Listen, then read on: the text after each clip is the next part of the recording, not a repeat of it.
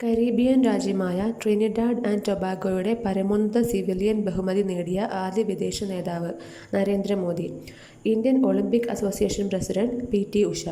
അടുത്തിടെ big beautiful bill എന്ന നിയമം പാസാക്കിയ രാജ്യം അമേരിക്ക. ഖോ-ഖോ ഫെഡറേഷൻ ഓഫ് ഇന്ത്യയുടെ പ്രസിഡന്റായി വീണ്ടും തെരഞ്ഞെടുക്കപ്പെട്ടത് സുധാൻഷു മിത്തൽ. അടുത്തിടെ സമ്പൂർണ്ണ ഹരിത ഡെസ്റ്റിനേഷൻ പദവിയിലേക്ക് ഉയർത്താൻ തീരുമാനിച്ച പാലക്കാട് ജില്ലയിലെ വിനോദസഞ്ചാര കേന്ദ്രം നെല്ലിയാമ്പതി. 24ാമത് ഇന്റർനാഷണൽ മെന്റൽ ഹെൽത്ത് കോൺഫറൻസ് വേദി തായ്ലൻഡ്.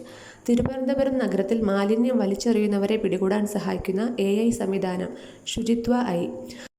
ആദ്യത്തെ ഖേലോ ഇന്ത്യ ജല കായിക വിനോദം നടക്കുന്നത് ശ്രീനഗറിലെ ദാൽ തടാകം. ഗ്രാമീണ മേഖലയിലെ ദാരിദ്ര്യം ഇല്ലാതാക്കാൻ ലക്ഷ്യമിട്ട് പണ്ഡിറ്റ് ദീൻദയാൽ ഉപാധ്യായ ഗരീബി മുക്ത് ഗാവ് യോജന ആരംഭിച്ച സംസ്ഥാനം രാജസ്ഥാൻ. പ്രൊജക്ട് 17A ശ്രേണിയിലുള്ള രണ്ടാമത്തെ കപ്പൽ INS ഉദയഗിരി. പ്രൊജക്ട് 15B ശ്രേണിയിലുള്ള നാലാമത്തെ കപ്പൽ INS സൂറത്ത്.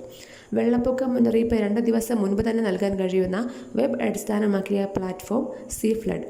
അടുത്തിടെ കാർ അപകടത്തിൽ അന്തരിച്ച പോർച്ചുഗീസ് ഫുട്ബോൾ താരം ദിയോഗോ ജോട്ട.